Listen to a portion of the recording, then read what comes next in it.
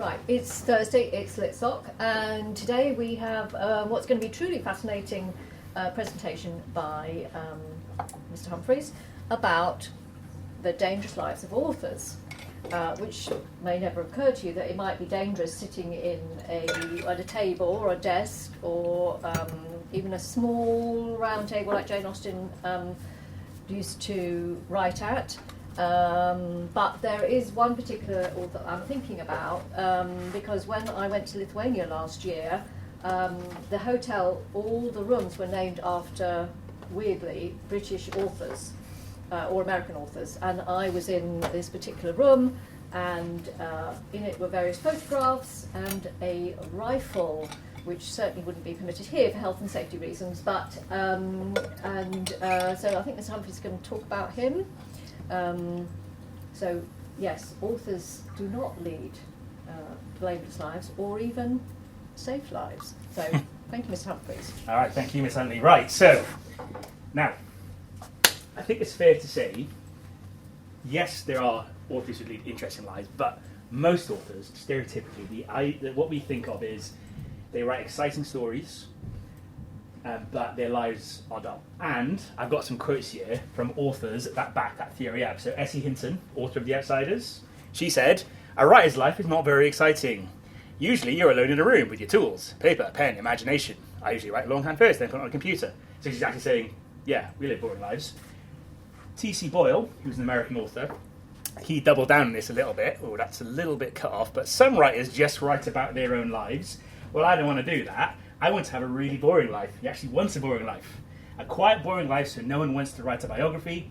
I'm the only writer in history that would only to have one wife, for instance. Figure that one out, you will. Okay, but, yeah, again, just saying, boring life. I want a boring life. I want to embrace the boring life. Some writers don't embrace the boring life. Murakami says, and now Murakami, author of Norwegian Wood, the quotes outside the library, which you've all seen, yes? "Sitting there alone, a writer will look over what they've accomplished and quietly nod to themselves. It may be that later, when a novel comes out, not a single reader will notice the improvement they made that day." He's saying it's thankless. Not only is life dull, it's thankless. No one actually knows what we get up to. So yeah, traditionally, that is probably, to be completely honest, that is the case for a lot of authors. But not all of them. There's a minority who not only lead interesting lives, they lead actively, positively dangerous lives. Yep. Now what I'm going to do, I'm going to put 5 images up on the screen, and I'm going to let you have a chat for a couple of minutes and see if you think of what image relates to what author. Let's see if you know of any authors. I'm not expecting you to, don't worry. If you know of any authors who have actually led dangerous lives. Okay? First image, a rapier, fencing foil, sword. Second image, a cipher, a spy cipher. Thirdly, a revolver. Fourthly, a hatchet. And last but not least, and this one's a little bit different, it's not an object, it's an event. The D-Day landings at the end of World War II in Normandy. Right, have a chat, see if you can think of who they might refer to. I'll give you 1 minute, go. I think cipher, mostly like. So I think the code to cipher, the D-Day. It's not easy. I think the code to cipher in the D-Day is probably people who have like written books about what. It's probably spies or they've been in. I'll give you a bit clue. It knows things that would I mean, wait, I know that Michael Grant is reading a book about. Maybe like, oh yes, of course. Yes, I've read that. Yeah, yes, yeah. What But I don't know. What about like what about? is there like any famous authors that like fought in the war? Well, there's not. Guilty. Okay, 10 seconds. Yeah, people wrote lots of poems indeed. Alright, okay. Anyone want to take any guesses? Any guesses? Be brave. I just want to say I'm not expecting you to get them right. I'm just curious as to what ideas you might have. Call out some names. Eyes are coming. They're all baffled with something. They're baffled. Are they stumped? Kind of hard. Kind of hard. 2. All right. Okay. All right. It goes on record that Litsoc didn't feel up to the task. So, all right. Let's go. Let's go through them then. Right. The rapier, the sword. that refers to this man. Who is this guy? Someone tell me. I didn't know it was him. I just knew it was going to be 1800s backwards. Okay, yes, it is pre-1800. Anyone? Right, this is Christopher Kit Marlowe, contemporary of William Shakespeare, who we talked about last week. Now, he is a bit of a man of mystery. There's not a lot is known about his life. Not a lot is known about Shakespeare's life either, actually, as I think we mentioned last week.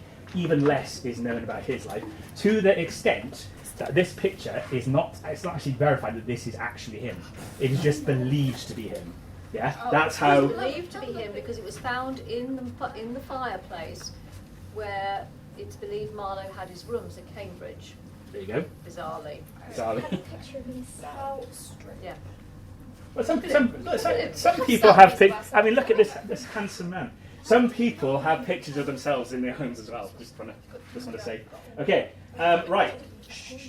So now he could have been a contender. What I mean by that is he was hugely important. He was very influential. He influenced Shakespeare quite a lot. I'll go into that in a bit more detail in a minute. But he also shaped theatre in general and poetry because he was very innovative. To give you an example, one of his plays, first, I think this was either his first play or a very early play of his, the Tumble in the Grey, that's the one. Tumble in the Grey, which is about Mongol warlord, essentially. That was the first play in the English language written in blank verse. Now, those of you who don't know what blank verse is, essentially it's iambic pentameter of 10 syllables in verse, in plays. If it wasn't for that, it's entirely possible that Shakespeare's plays might have all been written in couplets, because it's unrhyming, blank verse, right? So, they're very influential in that sense.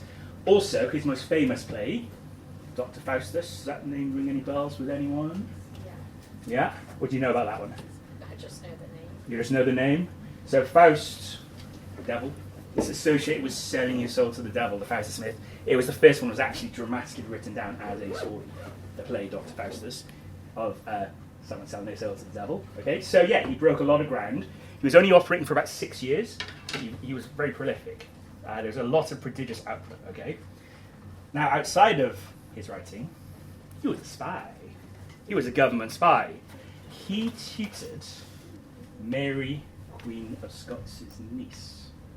And the theory is, again, remember, there's some mysteries around his life. The theory is that he was a bit of a plant. Who knows who Sir Francis Walsingham is? Okay, no one. All right, but Sir Francis Walsingham. Oh, Yeah. yeah, I don't recognise know the the name. who, so I can't. Okay, so he was the spy master general for Elizabeth I. Okay, and it is believed, again, we don't know this for certain, it was believed that he was a plant, the spy, because there's a certain plot, the Babington plot, that's the one. Yeah, Babington, sorry. The Babington plot was the plot to put Mary, Queen of Scots on the throne of Yeah. England. And Sir Francis Walsingham was the head of the spy group that essentially brought it down. So if Christopher Marlowe was indeed doing this, he had, even if it was a small indirect role, he had a part in foiling that plot. But it wasn't just that he was involved in. He also was in spying overseas. So there was the second war with it. So Antwerp, that's not on the screen here, Antwerp at the time was part of the Netherlands Kingdom, and there was a few wars on and off between England and Netherlands. And I think it was in 1592, yes, he was spying on behalf of the Crown, and he was arrested, not for his spying actions, but for counterfeiting coins. He was getting involved in some money laundering, because he was a bit of a ne'er-do-well. As well as his spying activities, he had other extracurricular activities, including getting involved in brawls in pubs, taverns. And it was in one such fight, one such brawl, that he met his untimely and, yes, again, slightly mysterious demise. Okay, so he was aged 29, and the person who was responsible for his death was someone called Ingram Fraser. I think I'm saying that right. Now, he was an associate of the cousin of Sir Francis Walsingham. You can see the tissues of connection here, okay? Now, it's believed, again, I'm not 100% certain, but it's believed, widely, it's that people mostly think that it was about a dispute over a bill in the tavern. As well as Ingram Fraser, there were a couple of other shady conmen types present in this tavern. And essentially, it's in Deptford and in London. And essentially what happened was, there was a dispute over the bill, Christopher Marlowe struck first, Fraser struck back and killed him. that is the short story.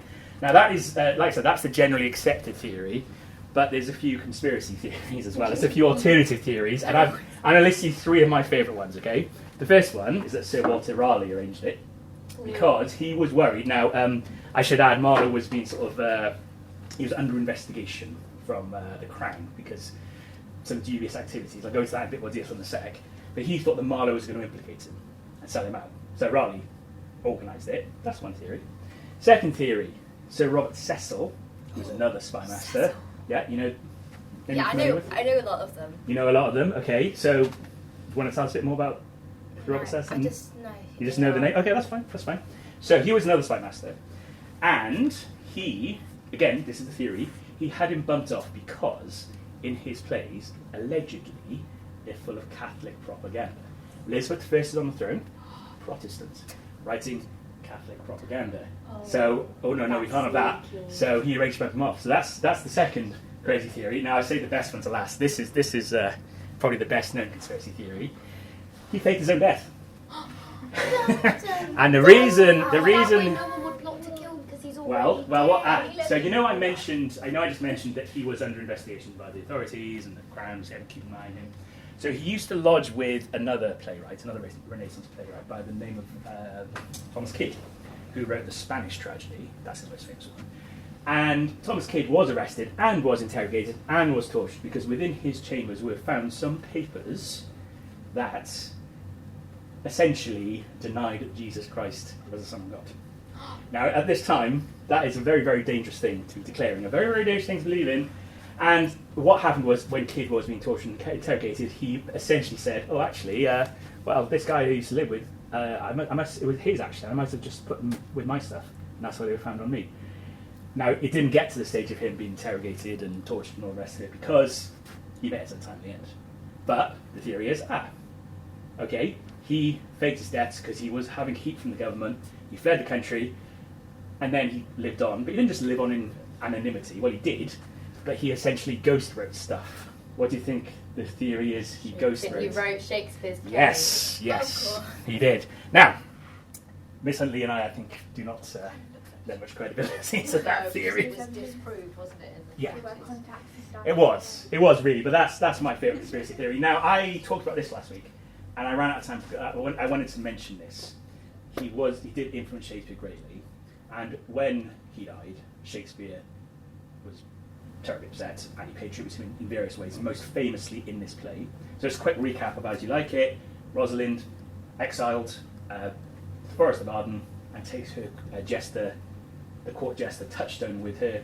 And Touchstone says this: "When a man's verses cannot be understood, nor a man's good wit seconded with a forward child understanding, it strikes a man more dead than a great reckoning in a little room." The great reckoning in a little room is the murder of the death, the killing of Christopher Kit Marlowe. So yes, Shakespeare, was very, very much influenced by him. So you could argue no Marlowe, no Shakespeare, to a degree at least. So very important figure who led a shady, dangerous life. Right, next person. We have got a cipher. Now, I was just saying to this is a bit of a cheat because the cipher would not have looked like this. So we're fast forwarding about 100 or so years. We're now in Restoration England. And we're going to talk about this person now, Aphra Behn. And I have to start off, someone said who, you will find out in the next few minutes. I will start off with this very, very notable quote from Virginia Woolf. It's a very, very famous quote from A Room of One's Own, which of course is a seminal text. "All women together ought to let flowers fall upon the tomb of Aphra Behn, for it was she who earned them the right to speak their minds." Now, A Room of One's Own, seminal text, essentially a central underlying motif of that is it's essentially arguing for the rights for women to have self-expression, which they don't get to have because they were seen as sex, inferior, they're childbearing, they haven't got time to have great ideas, great minds, or be great leaders. Aphra Behn, very key in changing that. Of course, still a long way to go. We still have a long way to go, you could argue, but certainly then it was all baby steps. But she's the one who blazed the trail. She's the one who kicked the door down for your Jane Austen, your Brontes, your George Eliot, your Virginia Woolf, and indeed pretty much every female author of note to do, as Virginia Woolf says, owe a debt to this woman. So those of you who just said who, well, now you know, and I'm going to tell you a bit more about it. So, not only was she the first woman who sort of earned a living as a writer, she arguably, now this is under dispute, she arguably is the first person to write in the English language a novel. Does anyone know what is widely believed to be the first novel in the English language? The Canterbury Tales? That's not a novel. That's poetry. That also was before this. Okay, it was in the 18th Nice century. guess, but it's poetry. Yeah, so it was in the 18th century, and it was Daniel Defoe's Robinson Crusoe. That is believed from, I can't remember what the year was exactly, 17... Or even Moll Flanders. I thought that was also by Daniel Defoe, but I think, Yeah. didn't Robinson Crusoe come first? Anyway, either way, Anyway, it's believed to be him Yeah. to be the first novelist in English language, right? Which, you can argue the Do toss. you want to define what a novel is? Well, this is it. This is where it gets a bit of a slippery definition. Essentially, Aphra Behn, 30 years before, she wrote, her best known was Orinoco, but she also wrote a couple of others too. And essentially, look, my idea, understanding of a novel is it needs to be a sort of prose written, biographical tale written in a sort of sequential, not necessarily, but written in sort of chapters, sections. Now, the reason Orinoco might not make that definition is it doesn't really have things like dialogue or structured scenes or settings. It does have those, but not in a way that we would understand. It's hard to explain, really. But anyway, the point is she's a bit of a pioneer because it's often believed she is very much the first, by some people, actually she was the first to get there. Now, there's two reasons perhaps, other than the technical reasons I just covered there. There's two other reasons why. First of all, it's the patriarchy, right? Oh, no, of course a woman wasn't the first person to write a novel. And the second was because of her views and her lifestyle. She was a bit of a libertine. Now, a libertine essentially is someone who leads a sort of bit of an edgy life, and they write scandalous, subversive things that are going to upset the prim and proper ruling classes of the day. If you like, you want to think of a contemporary comparison, she wrote the Red Dot books of her day. Okay, yeah. So more in her poetry, probably. Her poetry was some very saucy things going on, perhaps, than in her in Orinoco and It was others. a very uninhibited age, wasn't it? Oh, it was. Yes. Yes. This was Restoration. Yes, Charles Yeah, II. this is pre the Victorians, when everything sort of closed down again. Pre the Victorians, post English Civil War, Yeah. Oliver Cromwell, the Puritans. Yeah. Yeah. So there was So a bit of a some release. reaction to it, yeah. But even so, even in that context, she was still very much a radical. A, because she was a woman writing these things, but also just exploring, pushing the boundaries, pushing the envelope of what was considered to be acceptable in terms of artistic output. But she was also apologetic with it because she was very feisty. She didn't pretend, I don't want to sort of pick on George Eliot, for example. She didn't have a pen name. She said, "No, I am a woman." And when men would she would take on men who would sort of come at her in print and criticise them, she would give as good as she got. Yeah, so she was very brave in that sense as well, and she was very frank, and she would champion the underdog. Yes, women, but also slaves. Her most famous novel, which I alluded to, Orinoco. Orinoco is a slave. He is from West Africa, and the basic story is he is a prince. He's royalty, and he goes to Suriname, and he is a noble person. This is not Uncle Tom's Cabin, right? He's not just, let's sympathise with the poor black person. He is depicted as being superior, in many cases, to white people. Now, this is very radical things he's saying in the 17th century. Not only that, but talking about women as well. His wife, who is a princess, she is a strong female. She's not a fainting, passive person. She fights alongside. I'll give you a bit of a spoiler. There's a slave revolt. She fights alongside him in that slave revolt. Yeah. So this is all very, very edgy, brave, and pioneering stuff. Okay, you can see why Virginia Woolf said what she had to say about her. Now, all that is pretty dangerous, you could argue, but this is about the dangerous lives of authors away from the page. She also worked as a spy. Yeah, and she worked for Charles II. I just realised I got this mixed up. The Anglo-Dutch, that's actually now with the Netherlands. But anyway, the point is, she was sent over there by Charles II to do some spying. Now, her mission was to sort of turn someone called Thomas Scott. Now, he was the son of a man who helped to bring about the downfall of Charles I, the king's father. Right, so you can see the royalists, and now want to get their own back, the parliamentarians who usurped Charles I in the English Civil War.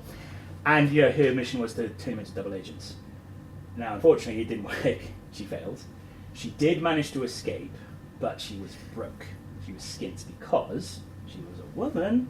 Charles II didn't see fit to pay her. So she was broke. And when she came back to England, she was sent to debtor's prison. She was penniless. Did she sulk? No. No, she did not.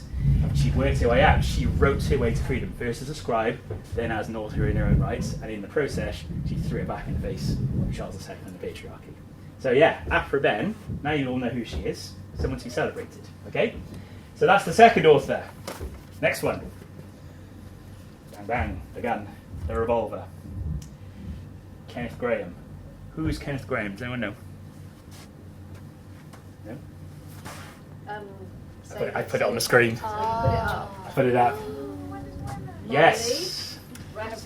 Molly, Ratty, Badger, and Mr. Toad. So, yeah, so it's a Wind in the Willows author. Now, a revolver and Wind in the Willows? Surely not. Surely yes. Now, Kenneth Grahame, he had a troubled childhood. Now, he was born in Scotland, and he lost his mother at a very young age to scarlet fever. And then, if that wasn't bad enough, he contracted it himself. He did live, obviously, but he had lung trouble for the rest of his life. Now, his father, bit of a wastrel. He was, he was a broken man, I suppose, because first of all, he farmed off Kenneth and the other children onto the maternal grandmother, his dead wife's mother, and then he gradually, not immediately, gradually disappeared from their lives. Okay, Kenneth was told that, like I say, he was taken by his maternal grandmother, went to a place in Berkshire, a nice idyllic country life place. But when he went to school later in Oxford, he also lost his brother as well, just to add even more pain. So yeah, I'm afraid he had a bit of a sad childhood. However, it's because of this moving to Berkshire and then to Oxford, both of which are on the Thames, that he found solace in the Thames, which of course eventually would lead to Wind in the Willows. Okay, so essentially, these are places of beauty and tranquility, and yeah, escapism, if you like. Now, as an adult, he became a bank clerk, which, bit of a boring job actually, but it did allow him the space to start writing, so that's good. But mundane, day-to-day, dull, or is it? Now, I'm going to read to you an account that I've taken. This is a pretty good summary of what happened. On a brisk autumn day in 1903, George Robinson strode into the Bank of England carrying a sheet of papers. He demanded to see the president, or governor, in that era's jargon, but he wasn't there. A clerk found the bank secretary, Kenneth Grahame, instead. Robinson offered Grahame that big pile of papers. Confused, Grahame accepted them. His hands now free, Robinson drew a gun and fired 3 shots, pretty much at point-blank range. Whoa. Somehow, all of them missed. Oh my god.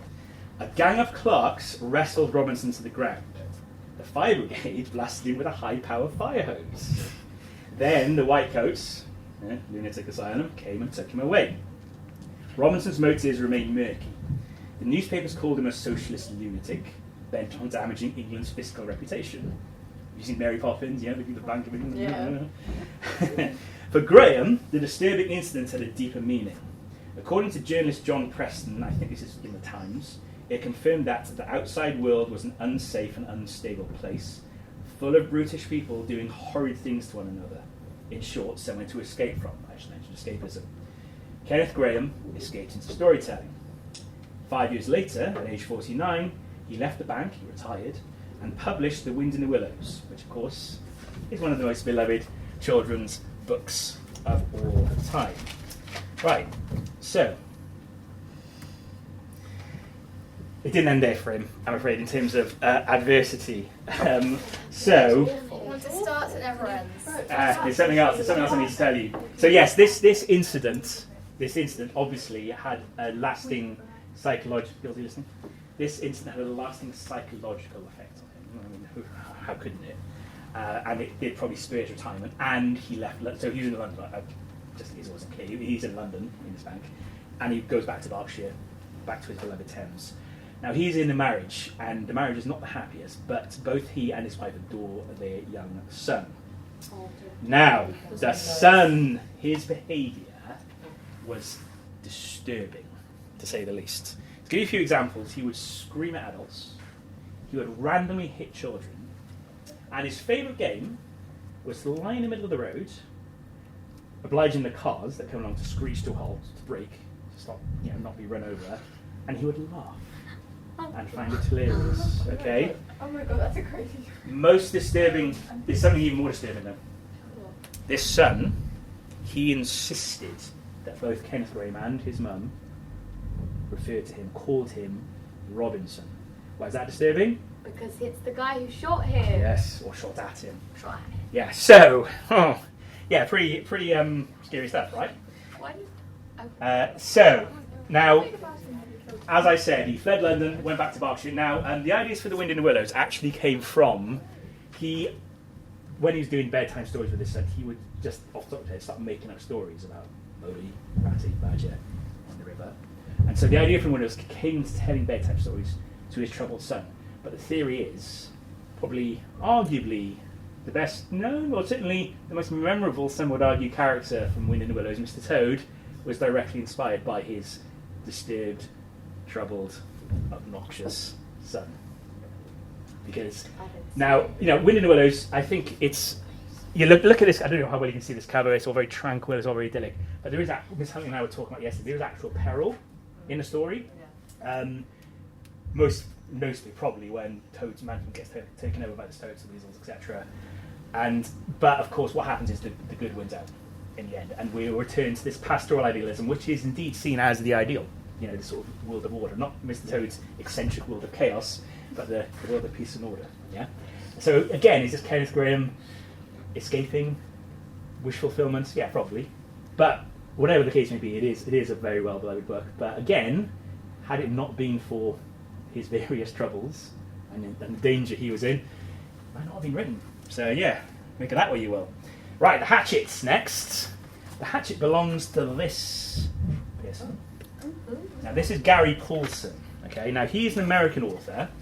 He was born in 1939, and oh dear, another troubled childhood. Sorry, folks, another troubled childhood. Get ready with these issues.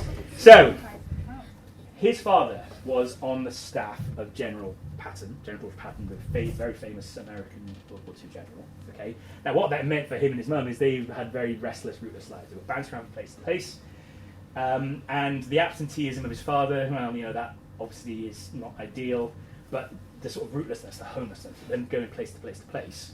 Eventually they said, he did say, because you might know this, Americans had quite a strong military presence in the Philippines, and that went on after World War II as well. But anyway, they were summoned there, and they went over on a naval vessel, and whilst going over there on the naval vessel, they witnessed a passenger aircraft crash into the sea. But not only that, I'm sorry for those of you who have a sensitive disposition, they actually saw the survivors getting savaged by sharks around the plane. Yeah, I know. I could see the reaction. It's not nice, is it? So yeah, like I said, another traumatic childhood.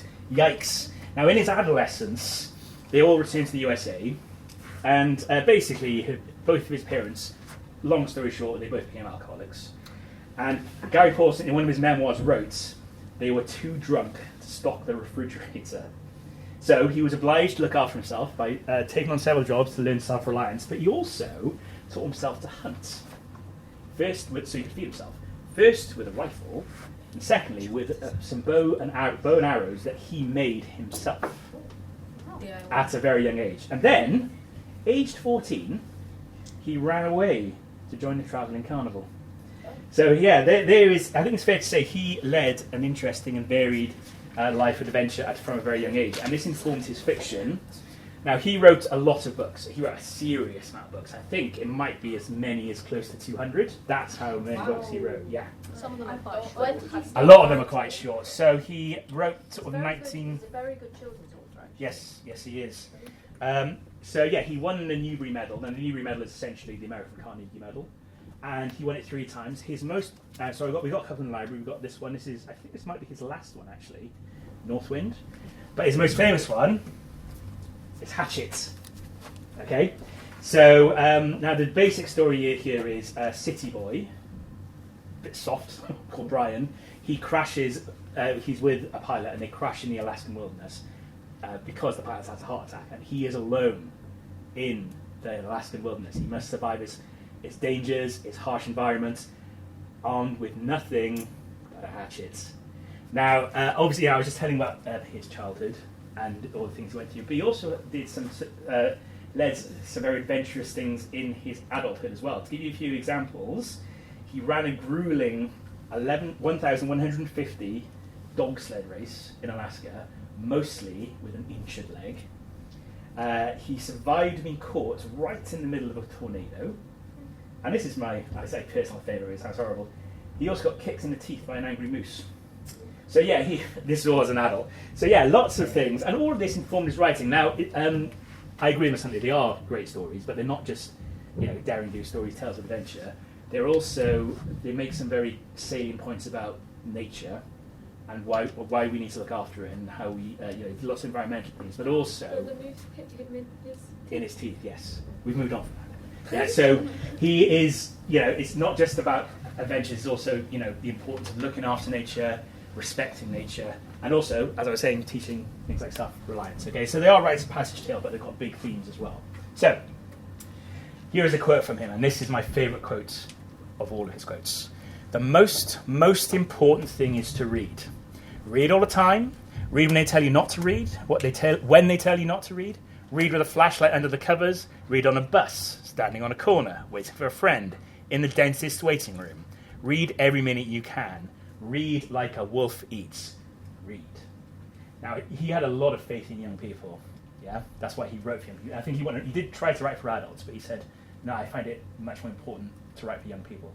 So, don't let him down, young people. Both of you here, and also those of you watching at home, he believes in you. So yeah, and like I said, we've got some of his books, so do check them out, okay? Right, I have saved the best for last. The D-Day landings. Now this is Martha Gellhorn. Anyone familiar with that name? No? Okay, well, she's associated with certain famous people, that's for sure. Now, happily, she didn't have a troubled childhood. But she had a safe, stable upbringing in Missouri, quite middle class. But one noticeable thing from her childhood, and this sort of informed the rest of her life, when she was 7, her mother took her on it was a suffragist protest, not a suffragette protest. So, suffragettes changed themselves to railings, put themselves under horses, all that. Suffragists were more peaceful.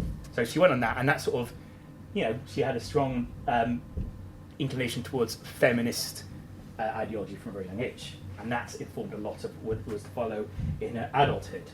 So when she left school, she became a journalist, and she became a foreign correspondent in France before she came back to the USA, where she married Miss Huntley's favourite author, Ernest Hemingway. Now, if you want to know more, incidentally, if you want to know more about that, they made a film about their relationship. Did you know this? Hemingway and Gellhorn, starring Nicole Kidman as Martha Gellhorn and Clive Owen as Ernest Hemingway. But don't worry, she did divorce. It was not a happy marriage. They got divorced in 1945. But yeah, so she is associated with him. Now, her first experience as a war correspondent came in the Spanish Civil War, and she was in the front lines. But she's reported from pretty much every major war you can think of in the 20th century. So she covered the Vietnam War. She covered revolutions in Central America, such as the Sandinista rebellion in Nicaragua. Yeah, Arab-Israeli conflict in the 1960s, 70s, but she is most associated with World War II. Now, she was there right from the start. I said she was in France, and she was there to see the rise of Hitler in Germany. Okay, and then when she, as well as going to Spain, early in World War II, she also went to China, and she reported on the bombings of China from Japan as well. So yeah, she was under fire quite a lot. So she was also one of the first to report from Dachau concentration camp, and it was liberated post-World War II. Okay, but it is D-Day that stands out. There are several reasons for this. Okay, so she was in England at the time, and to be a journalist at D-Day, you had to get press accreditation. Essentially, you had to have forward print. You couldn't just rock up and report on it. Now, this was rejected. Why do you think it was rejected? Because she was a woman. Exactly. So her and every other female journalist, they had it turned down. So she was like, well, I'm going to go by hook or by crook. So what she did, She disguised herself as a nurse, smuggled herself on board an American medical ship, and they accepted it, and she locked herself in the toilets the whole journey, so that no one would discover her. And then, when when soldiers landed and attacked, she didn't just, write about it and report from the sidelines. She actually helped the nurses tend to all the many, many, many wounded soldiers. Okay? Now, rather than thank her for this, do you think they thanked her for this? No, they did not thank her for this. What they did, they decided to reprimand her and take away her accreditation. So she couldn't be a journalist. What do you think she did? Did Salt? it anyway? Yeah. She hitched a ride to Italy on a plane so she could keep covering the war. Yeah? I think, have I got a quote written down here? She said something along the lines of, wherever the war is, I will follow it. She said something like that. She actively saw out the war. She was incredibly brave. And like I said, she did it for more or less, I don't think she stopped until she was about 80. She almost covered, even as far as the 1990s Balkan conflict, she almost covered that, but she was just a bit too old. So she's not Kenneth Graham, right, who retired at a young age. She kept going till she was 80. What a legend. So now, she was predominantly a journalist, but she did write novels too, so she does qualify for this. The novel that, that's it, A Stricken Field. A Stricken Field, that was informed by her observing the rise of Hitler. So, that she had a sort of unique and telling insight into what was going on, okay? So yeah, all in all, like I said, I saved the best for last. A remarkable woman all around. Right, so, there were so many. I do not have the time to talk in loads of detail. Those are my 5 picks. But we've got a bit of time to talk about a few honourable mentions. So we're going to play the game. Oh, actually, are we going to play the game again? Are you trying to guess? Well, let's have a go. So, we have got a World War II fighter plane. Oh, look, we've got another World War II fighter plane. 6. All the writers. Poison. Poison. Ooh, lovely. A Spanish flag. Lenin. Bit random, that one. So, now, I won't give you time to talk. Because I'm just curious. Anyone want to have a go? Roald Dahl. Our first guess. Any other guesses? I think Roald Dahl was in the plane. Roald Dahl in the plane. Okay. Any others? Okay, we've got one. That's something. Right, so, who are they all? Now, first up, the first plane is Antoine de Saint-Exupéry. I always struggle to say that. I think I just about managed it there. Now, he fought in World War II for France. And essentially, he flew when he shouldn't have. Oh, by the way, he's the author of Little Prince, just in case you didn't know. He essentially, he was too old, and he had multiple air crashes. He was quite resilient, quite tough, actually. But he kept on flying way beyond the mandatory age. Think of he's like the opposite of Yossarian from Catch-22, essentially. He flew too much.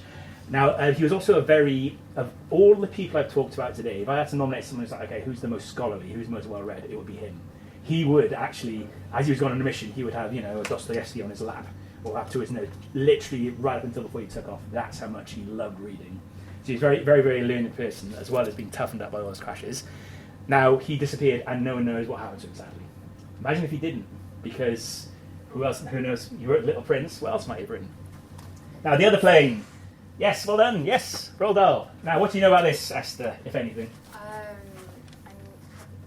know that he wrote about it. Yeah. But I don't know much else. Okay, so oh yes, Anna? Was the book called Flying Solos? Going Solo. Going Solo. Have you read either that or Boy? I read Boy. Boy. I know, I read both. I know that it's... You read both, Matilda? What can you remember I think about? he crashed in a desert and then got the plane blew up, and he literally dragged himself out the plane. Yes, he did. And had brain damage and Yeah, excellent. Yeah. and he was in a hospital for 6 months. That's right. But then what happened? Can you remember? No. He returned to active duty. He got back in the plane and flew more missions, and I believe he shot down several planes. But then, I think it was late 1941, then it's okay, no, he can't carry on because his sight was failing. Lucky for us, because then he stopped doing that and started writing books, and of course went on to be one of the most beloved children's authors of all time. And also, I've got a quote from here. So this is the opening line from Boy. An autobiography is a book a person writes about their own life, and it is usually full of all sorts of boring details. Yeah, I just thought you can see why I included that. The Poison is Agatha Christie. I was hoping some of you might guess this one. Now, she learnt about poisons. So she learnt about poisons because she works in a dispensary during World War I. And of course, learning about those poisons meant that she knew a lot about them for writing her novels. Yeah, lots of in-depth knowledge about them. She went to lots of archaeological digs. That probably is what inspired things like Death on the Nile, for instance. But in terms of her personal life, most famously, she disappeared for 11 days in 1926, and no one knows for certain why. There are various theories. Yes. Did she just return? Or like, was she found dead? No. No, She nothing disappeared, like that. then she came back. She just disappeared. She couldn't was remember. spotted in a hotel in the north. She lived in she lived in Surrey, or Berkshire borders, with her husband, and she left her and her child, left him and her child, and then was spotted in a hotel in Harrogate, which is way to the north. 11 days later. Yeah, Yorkshire. She was, by that time, 26. She was very, very famous. I mean, really famous author. So it was really sort of. Well, it was a big. An awful event. Oh really. yeah, But, it was. There was a big media frenzy about it, and it was in the wake of her getting a divorce, or I think her husband had asked her for a divorce, and her husband had cheated on her, right? I believe. Yeah. I can't remember with who. Can you remember with who? No, No. But anyway, a younger woman, I think. always is, isn't it? Anyway, so yeah. Now some people say she did it deliberately to, get back at him. Some people say it was a breakdown. Some people say it was amnesia. No one knows for certain. Maybe even she doesn't. Yeah, certainly it was amnesia. She wouldn't, would she? So yeah. So that's the poison one. Spain was George Orwell. George Orwell, who fought in the Spanish Civil War, and he got shot in the throats. Now he was a very tall guy. He was about 6'2", much taller than his comrades in the army, and he was told, keep your head down, as well as the bullets flying around, and he didn't, and he got shot through the throat. And he wrote about it. He survived, of course. He wrote about it, and he said, I felt no pain, only a violent shock, such as you get from an electric terminal. Now, fun fact, I mentioned Ernest Hemingway earlier, Miss Huntley's favourite author, and I think there's a myth doing around that they met during the Spanish Civil War. They didn't, but they did meet in Paris in 1945. And I don't know if this is actually true. The idea is that Ernest Hemingway gave him a gun because George Orwell was in fear for his life from communists. Now, this was before Animal Farm, by the way. This is before Animal Farm. I'm guessing, I need to look into this more, but I'm guessing it's because he'd probably written some not too pleasant, polite things about all the bickering and infighting between the Republicans in the Spanish Civil War. So yeah, so that's the story there of Hemingway and Orwell's one meeting. There you go. And lastly, Arthur Ransom, author of Swallows and Amazons and the Pigeon Post, is to do with Lenin again. That probably looks a bit about as weird as The Revolver and Wind in the Willows. But he was a journalist, just like Martha Gellhorn, but also a suspected spy during the Russian Revolution. The 1917 Russian Revolution, not the one I talked about in Buffy the Vampire Slayer, the one with Lenin and Trotsky, etc. And what happened, he got so close to them that he became Trotsky's secretary's husband. His second wife was Trotsky's secretary. Trotsky, of course, those who've read Animal Farm, being Snowball. Snowball! Yeah. Became Trotsky's secretary's second wife. Okay, now because of all of his shenanigans, he was suspected, and when he came back, things didn't go particularly well for him.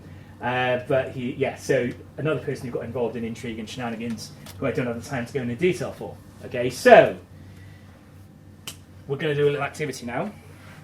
We are going to see how you feel which authors would do best in certain perilous and dangerous situations. Okay, we're going to play a little game of Authors Assemble.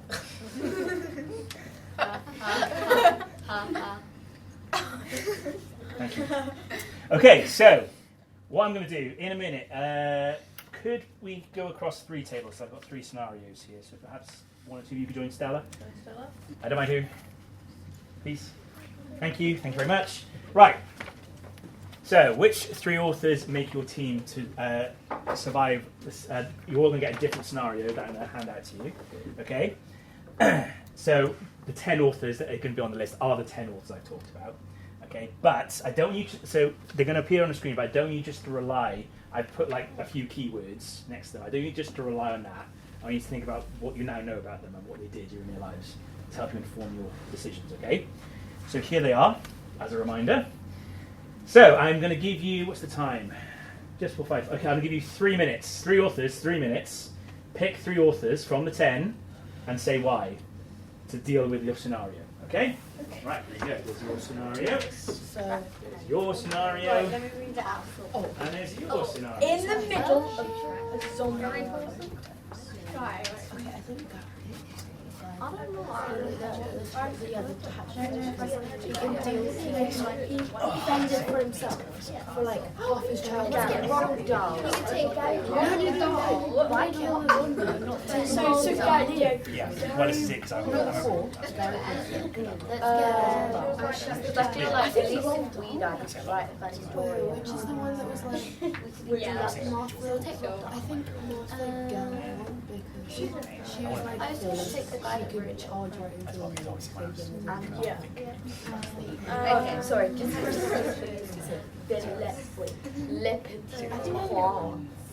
that help? Yeah. Because I don't know, maybe it's like information. We should give that a good And then number 6. What was the Number 6. time? Yeah.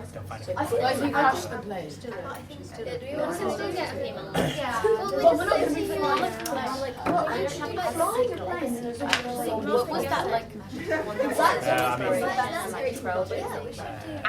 Either 6. I read it. Let's get I think No, but I think we'll go 4 is and 5.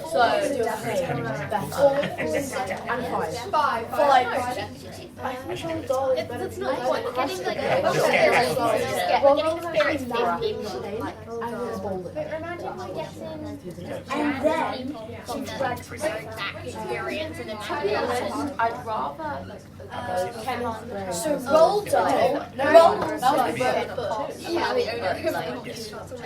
Unless you either. Oh, yeah. So roll doll, Martha Gale, Gary. No, I had heard it. I was like looking up some stuff about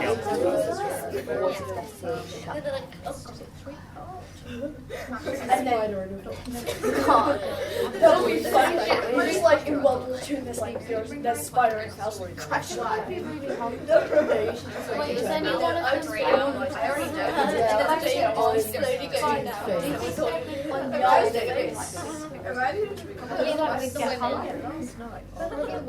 and Gary was a drama. Why? Because he would get food for himself. Yeah, but then he might just be making boy food, which is like chips. Boy food. I didn't realise food. He hunted. I'm gonna have like that for dinner. Nothing. No, I'm fine. And you want them all to die in a I've got cupboard. like cake and like lemon. I'm not scared. Don't Why would you die in a cupboard? Yeah, no. He could make that chocolate cake. Is that the one with the guy who chocolate cake? Yeah, if he has the Those are like the actors, that's why I said maybe there's a kitchen. I get it now. The darlings. You would not be able to because you guys of course I was going to find you would find something to make Stephen and the guys would like not be able to make a tie and then all of them would like take Better get back to would it. like run away. Okay. Right, so what I want you to do, because you've all had a different scenario, I want you to hold up, first of all, hold up what your scenario is. When I get to you. Loving the enthusiasm. And then basically say which 3 authors you picked and why. And then feel free to pitch in and say, well, actually, I think you should have picked so-and-so because, okay? Right, so we'll start at the front here. So, scenario first, please, hold it up. We got trapped in a haunted castle. Trapped in a haunted castle. So excited. So that could mean very, very dangerous ghosts. Not just like woo. It could mean Cascading really, helmets. really scary stuff. So the first one we picked was Ronald Dahl because like if we die, Roald Dahl. Roald Dahl. So that like if we die. If we die, we're being fatalist already. Okay. If just us we die, then like he can write a funny story about us. And secondly, so that he can make the chocolate cake that he does. Okay. So your legacy is more important to you than getting out of the situation. Interesting. Okay. Who else? Also, he was like he survived some hard stuff, Yeah. so he should be able to help. Sure. Okay. What was the other person? You're supposed to pick 3, remember? Okay. Afra Ben, yeah. Because like maybe she'll give us like some nice motivational like speaking. Yeah. I don't think she was known for that necessarily. Yeah, but, she was like, known she was a for troll. arguing against men who had a go at her. Yes, so she can argue against Argue against the ghosts. Infiltration, so she can help us get Okay, out. I'm not. I have She to was say, good at I'm not infiltration. fancying your chances at the moment. Okay, she was good at infiltration, so she could hopefully help us get out. Yeah, Ah. that's what I Who meant. is the other That's person? what I meant. Better. It was the guy, No. guy. And your third pick is. Antoine. No, I thought we were between him and Gary. You can only pick 3. it's not Gary. You can only pick 3. It is Antoine. Gary. It says Gary Paulson. You've got I 2. know You it is. can only have 3. Oh, no. Can we give up George? Can you give up who, sorry? I'm joking. Oh no, you cannot give up each other. No. How could you say such a thing about your friends? So dear. Well, Oh, anyway, so who is our third pick? Antoine the Saint. Yeah, it is. Yeah, you know who we're talking Yes, yes, go Because on. Lucy needs a friend to speak French with. about. And why else would we pick him? Because you said you wanted to have the Little Prince guy. We need a reason, guys. Because he was resilient and he can teach us stuff. Like, Maybe it's like a book in his bag or something. That's like okay, so you want to be well educated. Yeah. You're dying well. Yeah, I'd rather die well educated than die. I really feel like we're focused a lot more on how we look to others and our legacy than any practical survival tips. Right, I would invite others to pick, but I've noticed the time, so instead I'm going to move on to the back table. We were shipwrecked on a remote island. Okay. So we decided we wanted Gary Paulson, Obvious Martha choice. Gellhorn, Yeah. and Roald Dahl. Okay. Reasons Ronald. being. Because we felt like they would all be useful in the situation. I mean, obviously Gary Paulson. That's the like, obvious one. He would be very useful and, Yep. with his outdoor skills. We thought Martha Gellhorn, because obviously her resourcefulness, we felt like she'd be a good member of the team. And Roald Dahl because of his travel experience. Yes. and Yeah, I did add that in because, you know, he did live in Africa for a while, for instance. Sorry? having crashed, he might be Yes. experienced and Okay. Any crashes on Now, the sandy beaches. Now, guess who I think is going to survive? Has got better chances of surviving so far. Yeah. Them. So, right. Okay, last but not least, over here. We're technically We got in the middle of a zombie apocalypse, and funnily enough, we chose the exact same authors as you guys. Oh, really? Yeah. Why? Okay. Gary Same Paulson, because he can like do some DIY. He's handy with tools. He's handy with tools. Yeah. one is actually. Martha Gellhorn, because she's brave. She ran straight like into the wars. Freedom. So brave in the zombie apocalypse. Yeah, absolutely. Gary Paulson's weapons plus fearless Martha Gellhorn equals dead zombies. It's a formula. And then Roald Dahl. He was like play. We were in between this number 6 and him, but the French guy crashed the plane. And they both did, but yeah. One Well, I mean, Antoine did crash more than Roll did, yes, And but zombies can't fly, so we need Okay. a pilot. other two tables could I could think of maybe a couple of alternatives for the zombie apocalypse. I would maybe Agatha Christie. Yeah, I was thinking. Yeah. Yeah, the poisons, the knowledge of poisons is very useful. Because then you could like drink the poison and they'll eat you. Afra Because Ben, of her quick thinking, Yeah. gets you out of sticky yeah. situations. Just like Martha Gale, both of them were very quick thinkers, both of them were very resourceful and inventive because of how they got out. Again, it's more documented what Martha Gale was able to do because obviously it's It would 20th also be century. like Christopher Marlowe, because I mean, if you got into a couple rules, so I mean, like you could Yeah. use his fist, you know. Yeah, absolutely. Bonus jump. You could have a feel, you know, you're getting out of this situation. At the front table here, we're talking about sacrificing each other. I didn't say you couldn't sacrifice the authors, although I'm not sure that would just be terrible for Wait, can we culture find- and We posterity. find like the dumbest author, and then No such thing. No such thing. He could be the shield, because I mean, they eat the brains. Are we saying Christopher Marlowe is the dumbest author of these 10? No, I'd get the smartest one so you could give them the brain. Then take them longest to process. Okay. Anyway, I'm going to wrap up now. So thank you everyone for your thoughts. So, Mr. Humphries, a clap. thanks very much. And can we all come and wave to the camera? Bye. Bye.